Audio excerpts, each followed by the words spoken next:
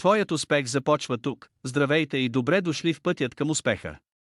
Ако не можеш да се концентрираш повече от 5-10 минути, не е твоя вина. Това не означава, че си мързелив, не означава, че нямаш дисциплина, означава, че мозъкът ти е трениран да се разсейва. Всеки ден ти даваш на мозъка си бързи стимули, скролваш социални мрежи, гледаш кратки видеа, превключваш между приложения, съобщения и известия.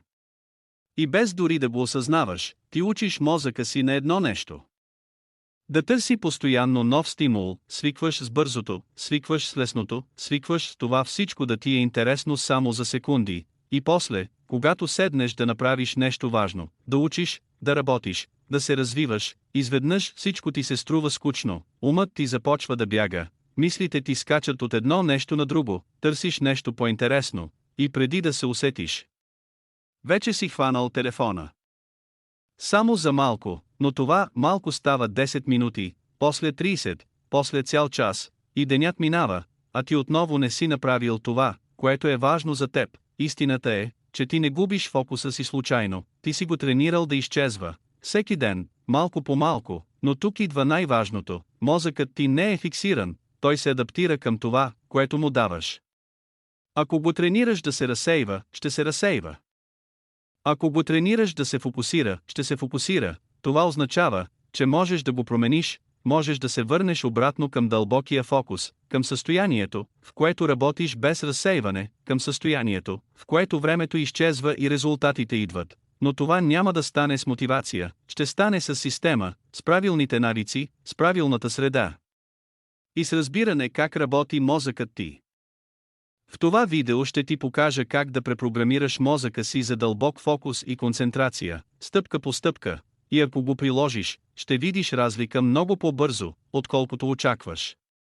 За да разбереш защо не можеш да се концентрираш, трябва да разбереш едно нещо от допамина. Допаминът е химикал в мозъка ти, който е свързан с мотивация и удоволствие. Всеки път, когато направиш нещо приятно, мозъкът ти го отделя. Проблемът е, че днес получаваш твърде много допамин, твърде лесно, социални мрежи, кратки видеа, игри, нотификации. Всичко това ти дава бърз и силен стимул. И мозъкът ти свиква да получава удоволствие без усилие, свиква с постоянното ново, и тук идва проблемът, когато седнеш да работиш върху нещо важно, това не ти дава същия бърз допамин, няма нотификации, няма нови стимули на всяка секунда, няма моментално удоволствие, и мозъкът ти започва да се съпротивлява, казва ти, това е скучно. Хайде да проверим нещо друго, и ти се поддаваш.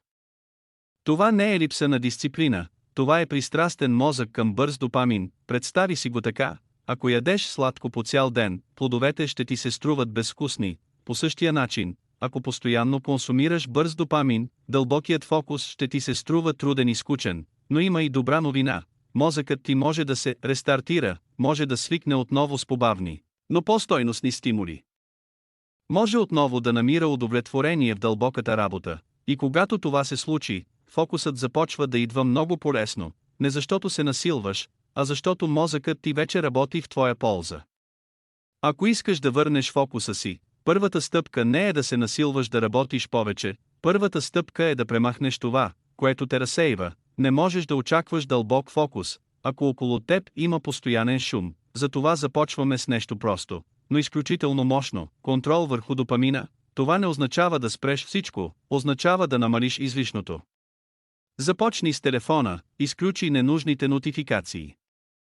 Премахни приложенията, които те карат да скролваш безцелно, и най-важното, не започвай деня си с тях, дай си поне 30 минути без телефон. Това е време, в което мозъкът ти се изчиства, без новини, без чужди мисли, без шум. След това идва средата, мястото, в което работиш, има огромно влияние върху фокуса ти. Ако около теб има разсейващи неща, телефон, телевизор, отворени табелове, шум, мозъкът ти постоянно ще търси къде да избяга. Затова направи средата си проста, чисто бюро, само това, което ти трябва, без излишни стимули. Колкото по-малко разсейване има около теб, толкова по-лесно ще се концентрираш. И тук идва нещо важно. В началото ще ти бъде скучно, мозъкът ти ще търси стимул, ще иска нещо по-интересно. Но точно това е моментът, в който се променяш. Скуката не е враг, тя е знак, че мозъкът ти се пренастройва. Ако издържиш този момент, след него идва истинският фокус. Това е първата стъпка от системата. Премахни шума и ще дадеш шанс на фокуса да се върне. След като премахнеш разсейването, идва следващата стъпка да тренираш фокуса си.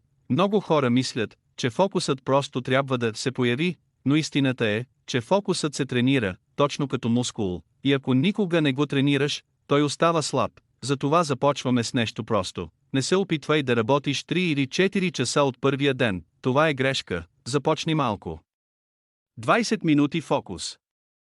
Без телефон, без разсейване, без превключване на задачи, само една задача, след това 5 минути почивка. Това е основата. Идеята е не да се насилиш, а да научиш мозъка си да стои на едно място. В началото ще е трудно, ще ти идва да провериш телефона, ще ти идва да станеш, ще ти идва да правиш нещо друго. Това е нормално, това не означава, че се проваляш.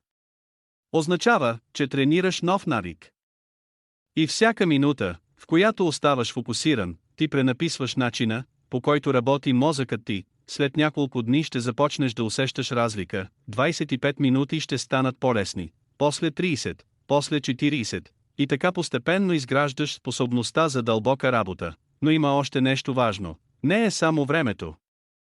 Важно е и какво правиш в тези 20 минути, само една задача. Без мултитасекинг, когато мозъкът превключва между неща, той губи енергия и фокус, но когато се фокусира върху едно, той влиза в състояние на поток, и там се случва истинската продуктивност. Това е моментът, в който времето изчезва, и работата започва да върви лесно, и колкото повече го тренираш, толкова по-естествен става за теб. Фокусът не се намира. Той се изгражда. Ако си стигнал до тук, вече разбираш нещо много важно. Фокусът не е нещо, с което се раждаш, той е нещо, което изграждаш, и всичко започва от малките решения всеки ден. Не е нужно да променяш целия си живот за една нощ, нужно е да започнеш да правиш малки неща правилно, постоянно, премахваш разсейването, тренираш фокуса си и изграждаш система, която работи за теб, но най-важната част е постоянството. Ще има дни, в които няма да ти се занимава, ще има дни, в които ще се върнеш към старите навици. Това е нормално. Разликата между хората, които успяват, и тези, които се отказват, не е в мотивацията, а в това дали се връщат обратно. Ако пропуснеш един ден, няма значение, важно е да не се върнеш към стария живот. Фокусът ти ще се подобрява с времето, всеки ден, в който тренираш, го прави по-силен.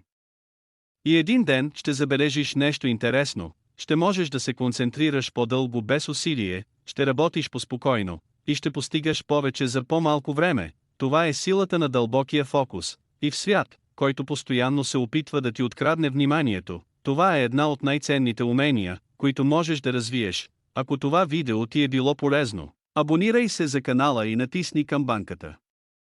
Ще продължавам да качвам съдържание за навици, фокус и личностно развитие, което да ти помага да изграждаш по-добър живот стъпка по стъпка. Започни още днес, дори с 20 минути фокус, и виж какво ще се промени.